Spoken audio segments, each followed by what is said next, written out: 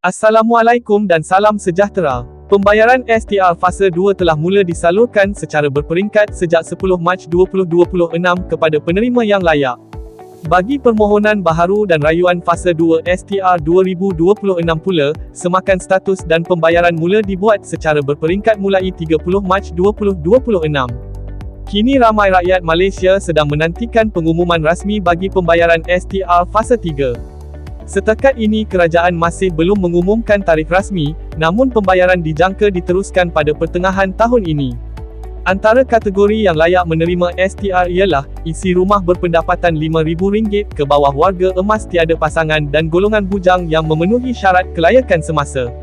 Permohonan STR boleh dibuat secara online melalui portal rasmi STR atau secara manual di pejabat LHDN dan UTC yang berkaitan.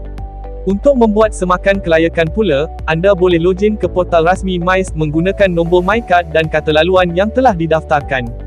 Kaedah pembayaran adalah melalui pengkreditan ke akaun bank atau penunaian secara tunai di cawangan BSN bagi penerima yang tiada akaun bank. Untuk maklumat rasmi dan semakan terkini, sila rujuk portal rasmi STR di ruangan deskripsi. Jangan lupa kongsikan video ini kepada keluarga dan rakan-rakan supaya lebih ramai tahu tentang bantuan STR 2026.